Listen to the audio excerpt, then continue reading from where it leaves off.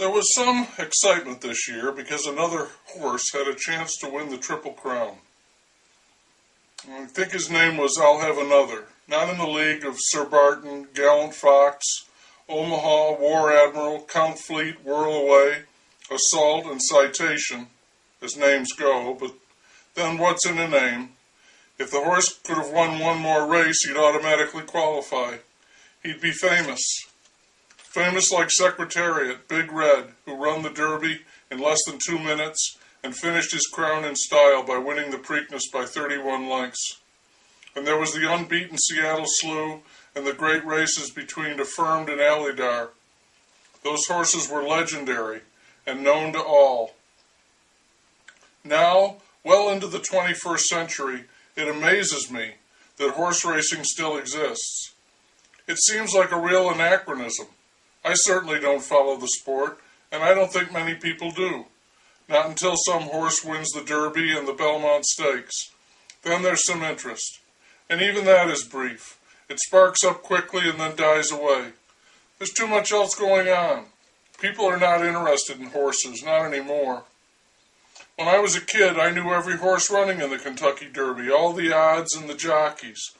So did a lot of other people. It was a big deal. Now I'm surprised they're still holding the race.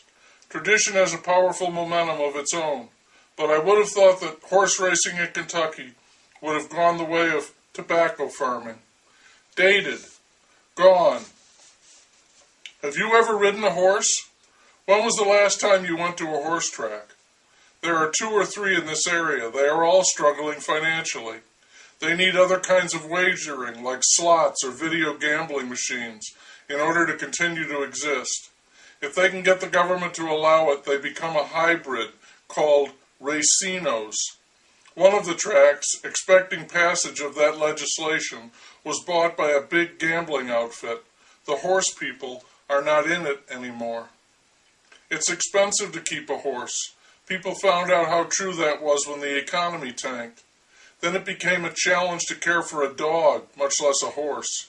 With a horse, you have to have a stable, all the feed and the equipment, and the room for her to run. Who can afford that? Maybe I'll Have Another might have won the next race and joined the great champions who are remembered as winners of the Triple Crown. We'll never know. But if he did, I'd have predicted that he'd have been the last. The world has moved on. The days of horse racing are over. It had a good run. It goes way back in England, and the Kentucky Derby is the oldest regularly occurring sporting event in the United States. But the days are past when people got excited about the exploits of Seabiscuit and Man o' War and Ruffian. Today you can make money with a movie about a horse. There's a lot of sentiment still there for the noble animal with the heart of a champion. But raising horses to race on tracks, that's another matter. Horse racing is called the sport of kings. The modern-day kings, those who could afford to do it, are not interested in horses. Horses are big and smelly, and there's far too much involved in their training, care, and treatment. The new kings might prefer to own a sports franchise, or even better, get involved with something on the internet, or better still, a reality TV show. Maybe even a reality TV show about racing horses.